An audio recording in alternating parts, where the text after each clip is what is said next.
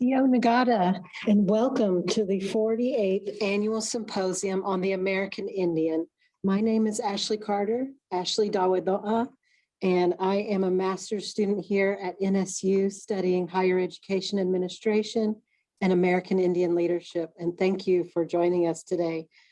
This session is titled Cherokee Women Reclaim Cherokee Women's Stories with Dr. Jaquetta Shade Johnson, who is Cherokee at the University of Missouri, Callie Chunestudy, Cherokee and curator at the Cherokee Heritage Center, Meredith, who is Cherokee and the publishing editor at First American Art Magazine.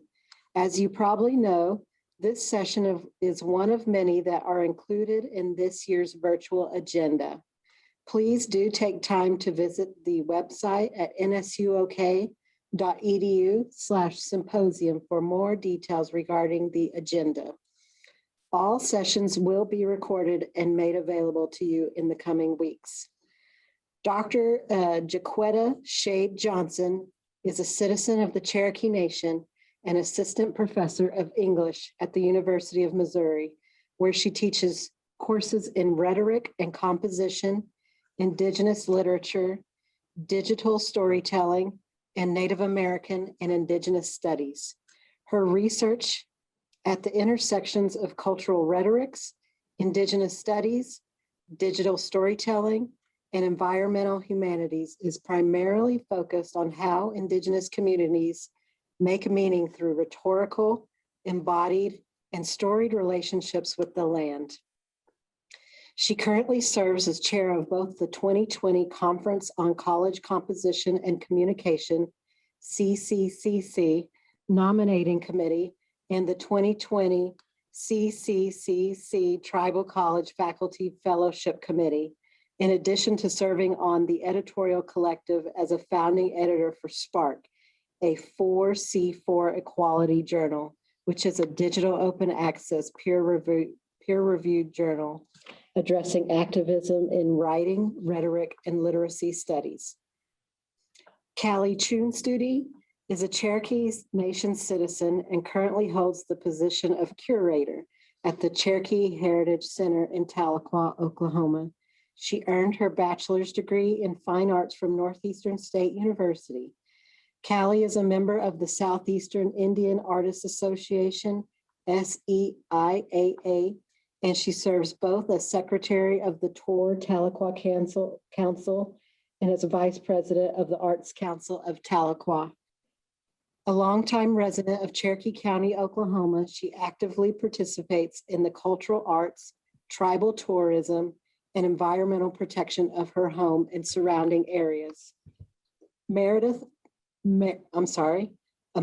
Meredith of the Cherokee Nation is a publishing editor of First American Art Magazine and is an art critic, writer, visual artist, and independent curator whose curatorial practice spans a quarter of a century. She earned her Master's of Fine Arts degree from San Francisco Art Institute and taught Native art history at the Institute of American Indian Arts and Santa Fe Community College. Northeastern State University named Meredith its 2018 Sequoia Fellow.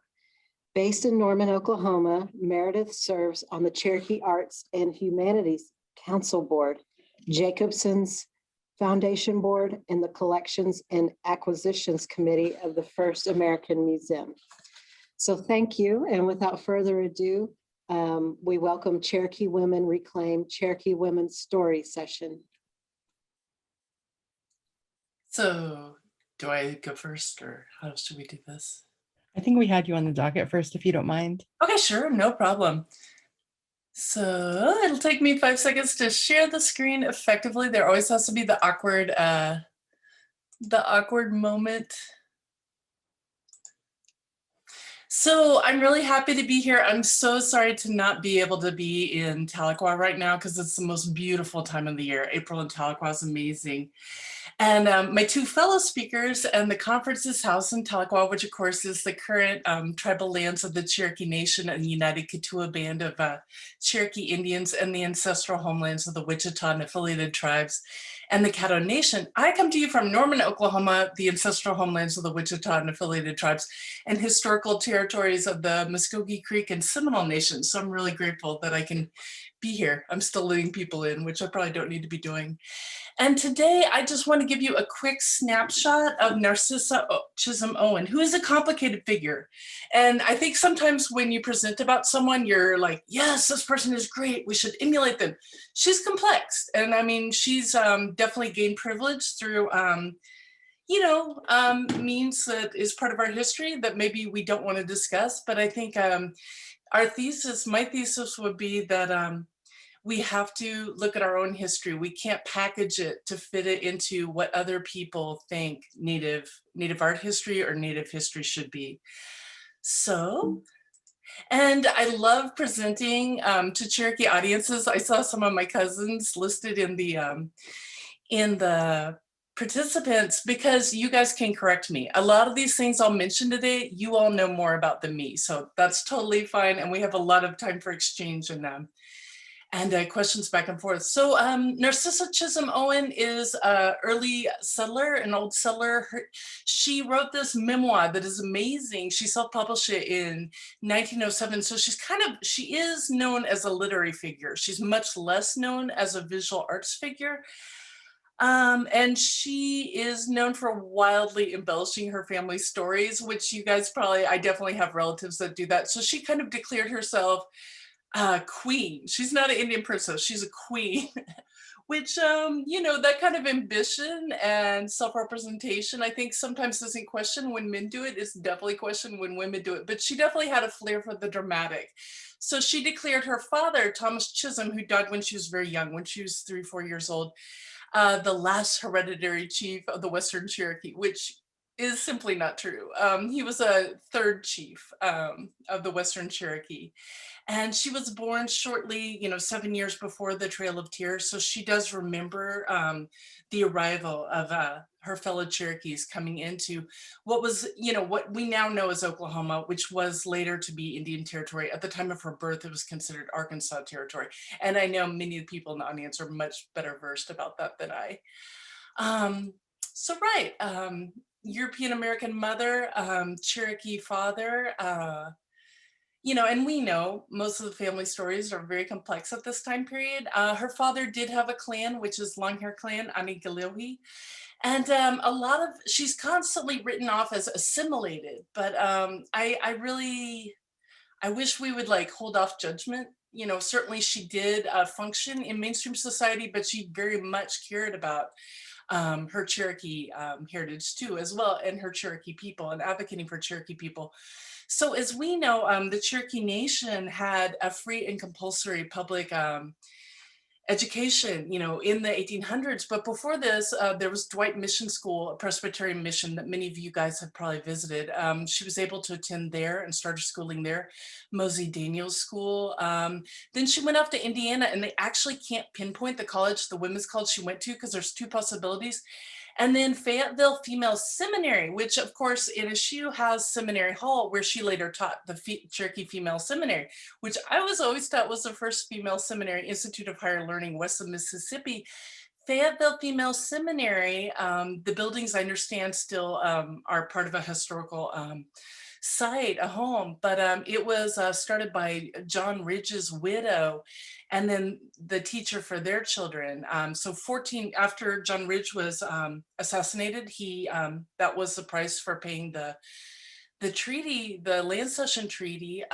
His widow and the children and their tutor all fled to Arkansas, and they created this female seminary that started in 1939. So 2 years before the formal establishment of the female seminary. And it was controversial at the time because it was open to Cherokee and non-native students. And then you don't need this, but anyway, just a ballpark, she bounced around. She was cosmopolitan. She lived in Washington, DC. She married a a wealthy railroad magnate, non-native, and lived in Lynchburg, Virginia for 30 years during the Civil War. So that's the controversial part, you know, that she gained privilege and wealth, her family gained wealth through the ownership of African-American slaves, enslaved people. And then there, I can see a typo. And then she was affiliated with the Confederacy. So during the war years, she mobilized up to 500 women volunteers, and they sewed uniforms and they provided care packages for Confederate soldiers. So I don't want to whitewash over that, but you know, she definitely, oh my God, there's so many typos. But anyway, yeah, she definitely navigated East Coast and Cherokee Nation, and she moved back and forth between these two areas. She's certainly known mostly through her second son, Robert Latham Jr., who became the senator, the first senator of Oklahoma when it became a state, because basically who knew how to run governments? The Native people knew how to run governments when this became a state. So she's known for her community activism, and I know there's a lot of interest in the women's club. She was part of the Bartlesville Women's Club. And then when she lived in DC, she joined the Daughters of the American Revolution and actually participated in suffragist action. So, you know, the women's right to vote.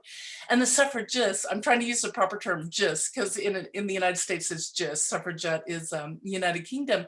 But they were directly inspired by Seneca women. And it's interesting to look at Cherokee women that pretty much we lost our right to vote with the new Constitution, the 1828 Constitution. And it said that Nancy Ward and her women, the Women's Council, the last time they spoke at a Grand Council was 1818 to 1819. So it's interesting, you know, so much in feminist studies, you're like, oh, well, we had no rights and we gained them. And I've dropped out of mainstream women's classes, feminist classes, because it's like, no, that's not our story, that women had a voice in the government before. And then with the adoption of European style parliamentary governments, these were lost over time. So she was very keenly aware of this and keenly aware that we needed to, as women, we needed to regain our right to vote. So this is probably her most famous art piece, and you can see it at the Oklahoma Historical Society. Even now, if you come to Oklahoma City, you can make an appointment. I don't have the exact measurements, so for that, I apologize. It's huge. It's 6 feet tall. And she started painting, you know, she was primarily a music teacher, and she's known to history mainly as a literary figure. But her art, she only really started pursuing later in life, kind of, she was retired. So in her 70s, 60s, 70s, and 80s, she began painting full-time and maintained a studio, primarily in Washington, DC. So this is her self-portrait. It's idealized. She definitely did not look like that. And she was painting a younger woman. And I've noticed I am a representational painter myself, a portraiturist. So I've noticed a lot of resistance to this style. And she's kind of been written out, as I'll demonstrate, written out of the Native American art canon because she painted in a style that's considered European. However, I think we as Cherokees see ourselves as, if this is useful technology, we'll adopt it. If it's useful, we'll take it. If it's not useful, we'll reject it. But I do want to convince you this is not a neutral style, that she's doing very specific things. This is called tenebrism, and we'll see later Rembrandt was the king of this, where figures emerge from incredibly dark backgrounds and only certain areas are highlighted. And she's doing this very strategically. She's creating a mood. This is very reflective. And of course, you can see little cues to her own identity. And of course, her wedding ring, her departed husband is very important to her. She's dressed in black, you know, in mourning. And these little hints all are ways to, that she's giving you hints about who she is as a person. So, you know, the eyeglasses, and in her writing, she was constantly, as I'm sure many of your relatives and many other literary figures have tried to convince, basically the Cherokee view that we do civilization better than other cultures. We certainly do civilization better than mainstream European American culture. She was very overt that in her writing, and I think she reflected that in her in her painting too. And I should mention that when her husband died, she was left destitute, so she had to rely on teaching. And I'm run out of time, so we're going to move quickly. And I again reject the idea that she's assimilationist. She was really proud of, as we all are, I believe, of Sequoia. Whenever anyone paints Sequoia, I always zero in, like, her syllabary is actually correct. She won awards at the St. Louis Fair. So that's kind of what we're told. She did what we're told now as Native artists to do.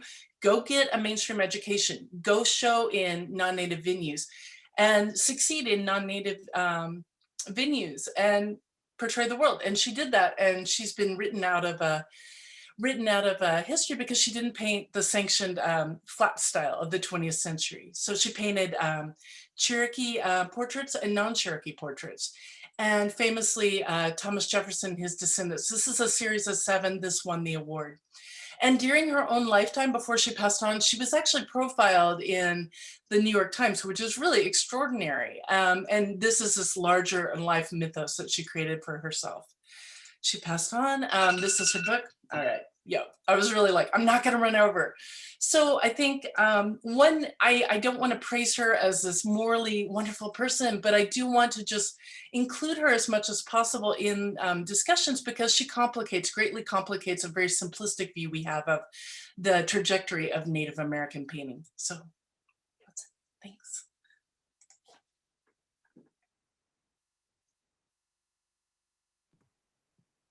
Thank you, America. Yay. I always like hearing you talk about Narcissa, which she's got a little spot in mine as well. So Yeah, perfect segue to your yeah, fantastic art I show. think it's gonna roll really well. Let me take my second here to share my screen. Yes, share. So in the summer of 2019, working for the Heritage Center, America and I co-curated Earthshakers, The Influence of Cherokee Women. This was a show that was conceptualized as a complementary, tribally specific piece to the Hearts of Our People Native women artists. The show that was presented by, I think it premiered at Minneapolis Institute of Art, had a great, huge advisory committee of Native women artists and curators, and then it premiered this last year at the Filbert. So that was exciting. I didn't get to see it in Minneapolis, but I did get to see it at the Filbert, which was super fun. We started the exhibit with some of our Cherokee myth, legend, story, whichever word you prefer. Selu, who was a mother figure and the kind of the mother of our corn and a lot of our foodstuffs.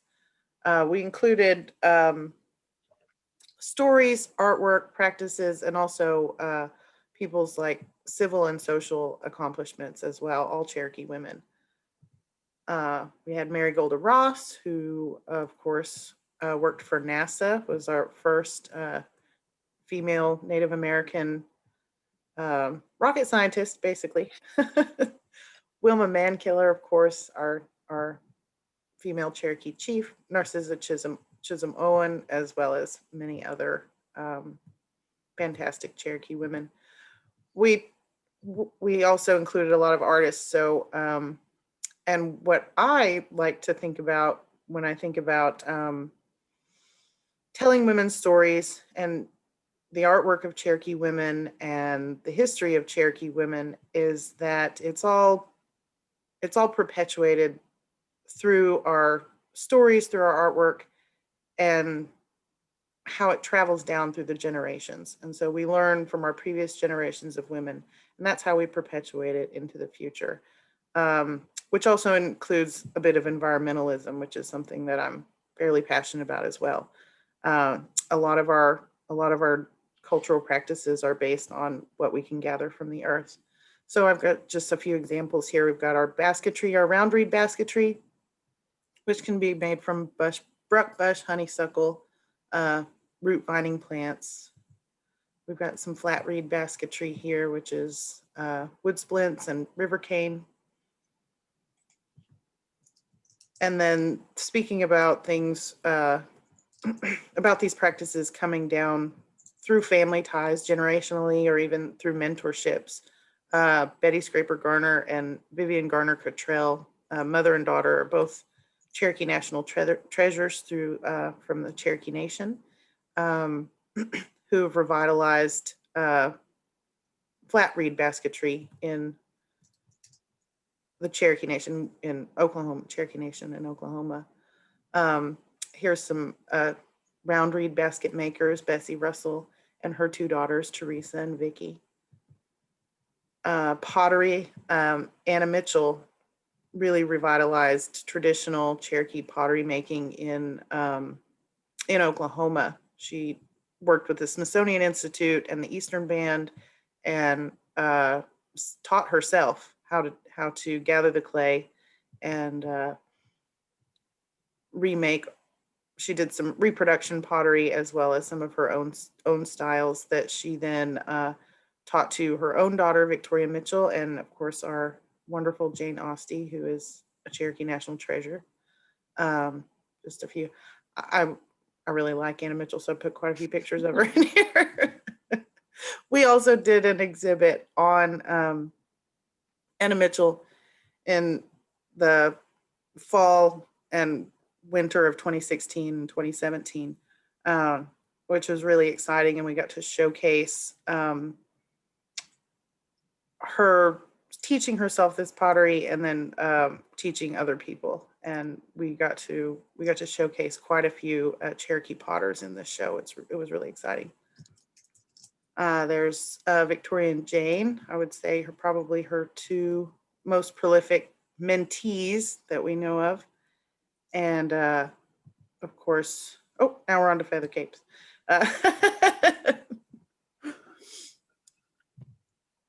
Feather cape making, and that's a picture of our wonderful Lisa Rutherford there. Twining and weaving techniques. All of these things based off of our natural resources that we need to keep safe and keep alive and keep a good environment for. And then there's our foodway practices where that's a nice fuzzy picture of Feathersmith in the Cherokee Nation Heirloom Gardens. So Cherokee Nation has created a program where they are trying to preserve as many of the foodways that we had in the Southeast here. Not all of them grow all that great here. So, but the ones that will grow great here, they've got a whole garden and they share the seeds and everything if you're interested in that. There's a little bit of Cherokee food, some squash and some beans. And of course we farm tobacco. Nice picture of the river there, just for fun. And that's it. I'll stop sharing that. Curating the show was really, really inspiring, and working with America opened my eyes to a lot of artists that I wasn't familiar with. And then really made one of my main goals to perpetuate Cherokee women artists, and through doing that, perpetuate Cherokee culture. I don't have much more to say on that. I'm better with answering questions than I am with just rolling with some ideas. So I will let Quita go with hers, and then I'll be happy to answer any questions at the end. Thank you, Callie. Let me go ahead and get started here. Hi, everyone. CO. Hold on one second. There we go. Okay. Sorry, I have to move the things around. So I'm here to share with you one of my current research projects. My name is Jaquetta Johnson, as you heard before, and I wanted to. I'm going wild with my slides. I'm sorry. What is happening? Okay. So I wanted to share with you one of my current projects. And before we begin with that, though, I'd like to Welcome you all here. Thank you for joining us in this digital space, and thank you for taking time out of your day at this point of the semester, especially for this talk. It's good to be back here virtually with all of you at NSU, where I earned my BA and my MA and worked for many years. And thanks also to Sarah Barnett and the folks at the NSU Center for Tribal Studies for inviting us to share our work with you and for honoring and acknowledging this place as native land. So my project is a current one that I'm just in the middle of data collection on, but it was the thing that really aligned with what, at least in some sense, with what America and Callie were doing. So we decided to put it all together for this little session. And if you have any questions that come up, do feel free to put them in the chat and we can get to them during the Q&A session. But so the working title of this project is Cherokee Matriarchal Knowledge in Settler Colonial Archives, Tracing Matrilineal Clan Identity Through the Records of Dead White Men. That's my little jokey title. So I'm still working that out, but it's grounded in a couple different ideas. So Malia Powell teaches us we're still in the midst of this war, still living through a paracolonial occupation, and the damage done by documents, by words, has been at least as great as that done by weapons. And then Coley Driscoll responds to that, and yet here I am, an Indian in the archive. And so those concepts are really what is grounding my particular research project. So this is a book project in which I'm tracing my matrilineal clan identity through archival, land-based embodiment and lived experience research methods. And ultimately what I'd like for it to do is to disrupt the coded, the colonial codes of identity as I'm going through the search and seeking my own little stories within it. And an important feature of this research design is that it's not focused on just these documents and records as artifacts, but as part of a complex constellative set of relationships between two distinct communities of people and the land. So I know that many of you folks are already pretty familiar with our clan system, but for those of you who aren't, a very quick overview is that from the late 18th century leading up to the removal and assimilation eras, Cherokee society transitioned from a matriarchal matrilineal clan system of governance and lineage, as America has shared with us a little bit, to a patriarchal and patrilineal system imposed and influenced by settler society. And so this caused all kinds of disruptions. And since clans were determined by maternal lines, it really shifted the Cherokee systems of kinship in very distinct ways. And so I think this picture really illustrates it really well. And I know that it's a little bit blurry, so please pardon that. But on the cover of Theta Purdue's Cherokee Women, Gender and Cultural Change, we have this painting by Dorothy Sullivan, and it identifies and represents the 7 major clans in order from left to right. We have the wolf, the wild potato, the bird, blue, deer, paint, and long hair clans that all had distinct roles and cultural identities.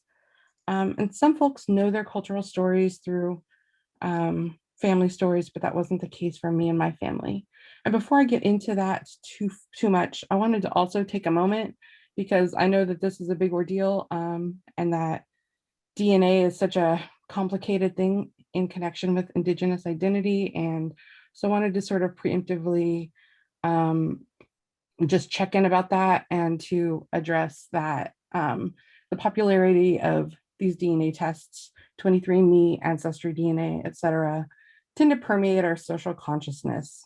Our society has an almost fanatical obsession with heritage, bloodlines, and cultural power that come from labeling one's ancestry. And because of these desires, a lot of people reach for these tests with unsubstantiated family histories and narratives that are provided to them by these private companies, private corporations.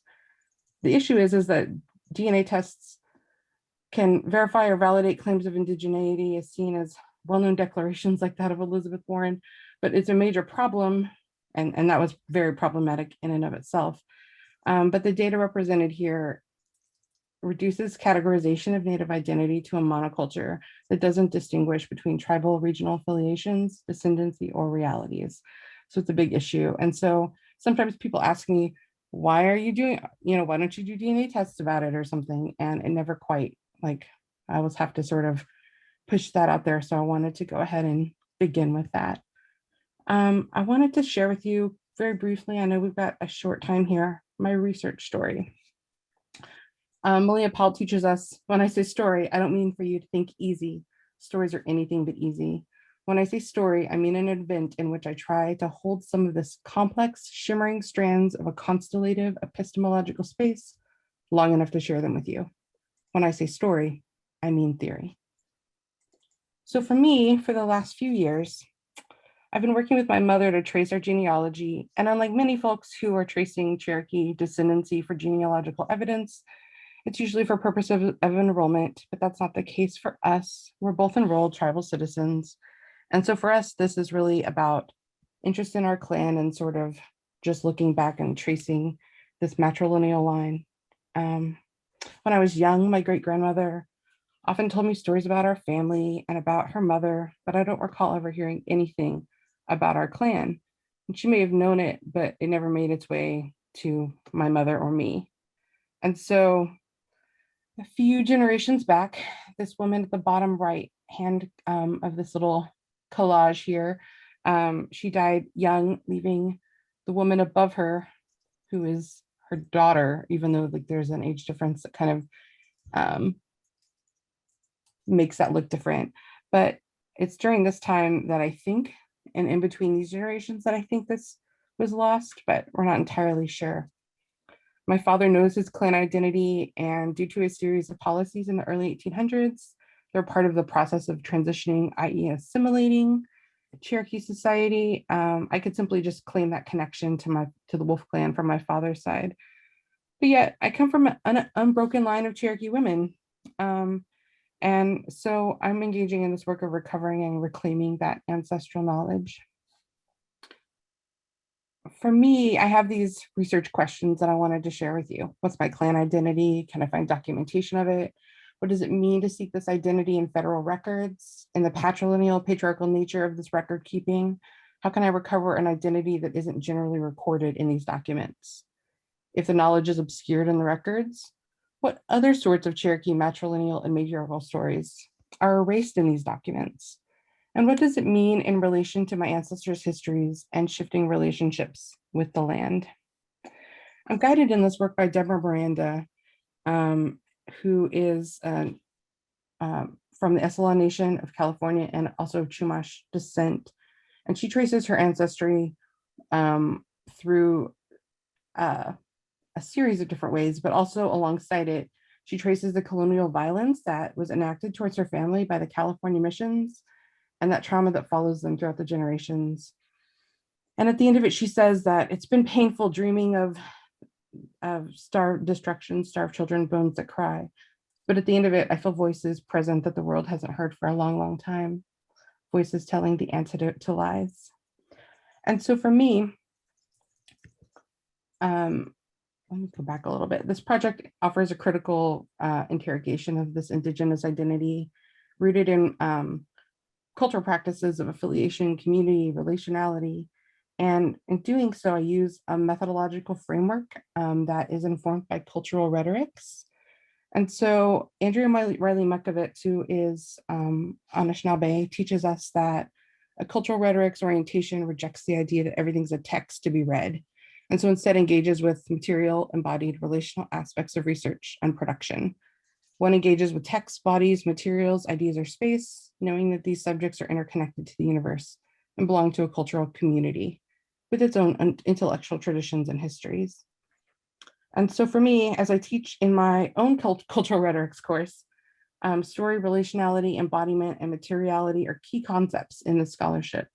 And they're also the primary methodological structures in my work. And so I've included a little chart for us here, just to make sense of how and what this methodology looks like, a little visual. So I'm jumping ahead too wildly. So ultimately, for me, what I'm finding is that to research these Cherokee women from which I come is incredibly powerful, but also incredibly devastating. In the early stages of the search, I expected to find hints, clues in these paternally oriented logs, just as I've observed in some of the rolls and records that I've read from other Cherokee families. The records are organized by family, yet the family names tend to be the men's names by which they're organized for the most part. What I'm finding in the search through trails of old paperwork that documents some of the history of my ancestors is, as I anticipated, erasure of the Cherokee women and their stories. Now, midway through this data collection, however, I'm becoming increasingly interested in what isn't there, what histories are missing, how they're missing, and why. The archives haven't yet yielded the answers to my primary question, and I didn't fully expect that they would. And it hides this knowledge of my clan identity, but I also know that my body hides these stories, and as a believer of generational memory, I know that I carry them within me. Now, this search is is tied to online platforms at the moment due to physical archival restrictions from COVID, but also because of my institutional travel restrictions and things like that. So for me, I'm currently limited to digital archive spaces, which are kind of traumatic to find your stories in digital colonial situations. But also what I'm finding through that is that there are issues with what federal institutional archivists choose to digitize. Often some of these records are unreadable and undecipherable based on the ways that they were digitized.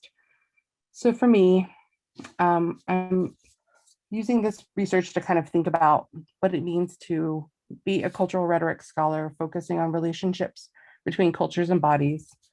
When we talk about Native records, we're talking about Native bodies, such as my own. And as a Cherokee woman in the United States, I know that my body is political, that my existence is political. This is well documented. It's recorded in government documents and in accounts of the acts of violence continually and consistently perpetrated against Indigenous people, and that frequently directly targets Indigenous women. And note from my lived experience, as a politicized body, part of our larger community of politicized bodies, I know that our existence, our survival, and our stories is resistant, and that the recovery and reclamation of these stories and identities is a way of empowering future generations and of pushing back against centuries of erasure and lies. To make sure we have enough time for questions, because I'm flying through this, I know, I'm going to leave you with this image of my grandmother as a child in the Arizona desert, a little Chinese and Cherokee girl who grew up going to Dene boarding schools on the Navajo Nation, set against a little sci-fi background, my vision of my ancestors in the future.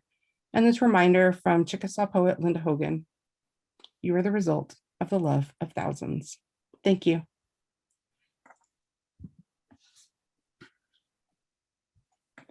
I think we're open for questions now. Looks like we do have a question in the chat, and thank you so much to Callie, America, and Jaquetta for your presentation today. It was great to hear from you and to see you today. So the question in the chat is that an article mentioned above? I identify some with what Jaquetta is speaking about. My great-grandma was a shell shaker, and her mother spoke the language, but the time everything boiled down to me, much was lost, not much remembered. Trying to relearn everything since I was 12, because she died when she was only 3, has proven to be extremely difficult. And being more than one tribe and multiracial with African American, Native, White, Latina, Hawaiian, Samoan makes things much more difficult. Until recently, I had to go off from stories which had to be pulled apart, theorized, and de-theorized to make it have sense. Maybe there's a question in there. I just sent the link for and Callie knows so much more about this than me, but the Cherokee Family Research Center at the Cherokee Heritage Center is the best resource for genealogy. They're lovely and they're very affordable. So totally recommend them for genealogical research. I second that. They've helped me quite a bit too. And for me, one of the things is that the things that I'm looking for is so hard to find. It's like a tiny clue. And so they were really helpful in helping me to validate that that little ancestral line that I showed you all earlier. And I think that maybe for me, what I'm getting from the comment, which I think is so relatable, is that this is like, for me, it's sort of affirming that it's not only my search too, but it's something that other folks can relate to and that can connect with. So I appreciate that comment. Thank you so much.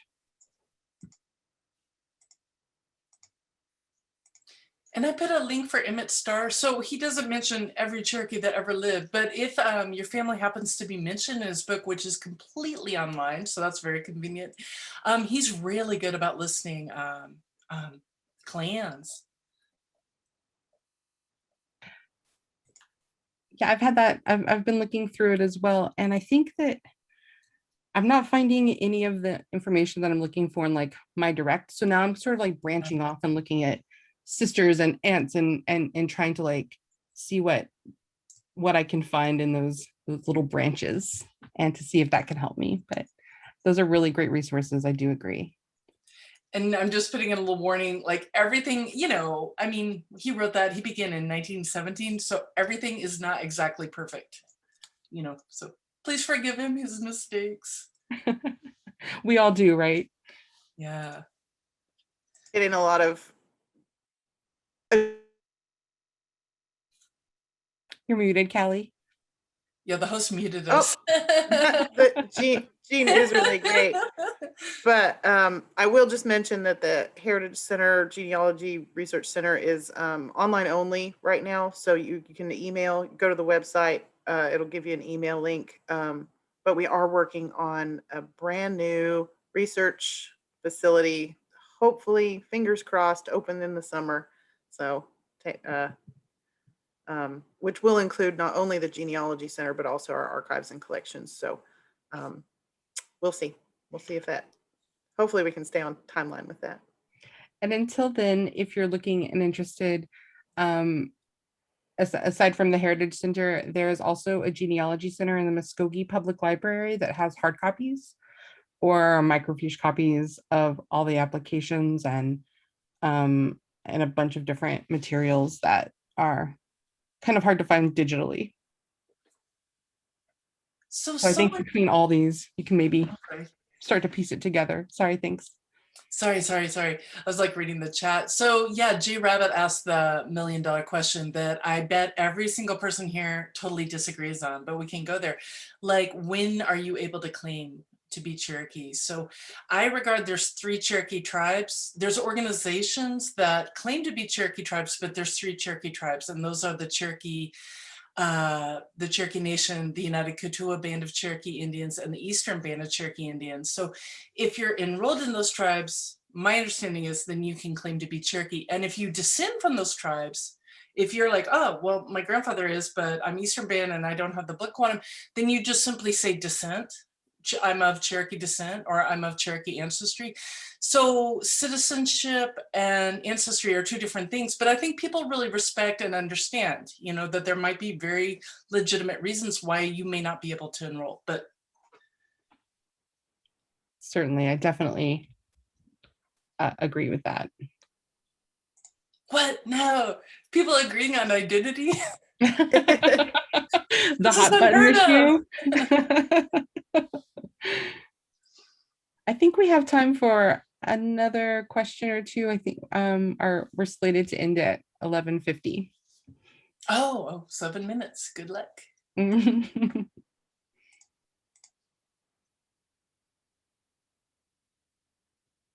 Well, I'll interject about the art show because I thought that art show was incredible. And I know I've been lousy about documenting it, so I need to be better. But it was really important to showcase women from all 3 tribes. And I kind of feel, but I'm always hesitant to make these claims. Do you feel like this might have been the most Eastern Band artwork shown at the Cherokee Heritage Center? Probably so, probably at one time. Occasionally, and I try to reach out to Eastern Band for our art show and competitions. We have 2 of those a year. And we get 1 or 2 every year. But we actually, like, the cover art was an Eastern Band artist, and forgive me for not recalling her name at this very moment. Madison High Long. Matt, She's yeah, amazing. She's so yeah, good.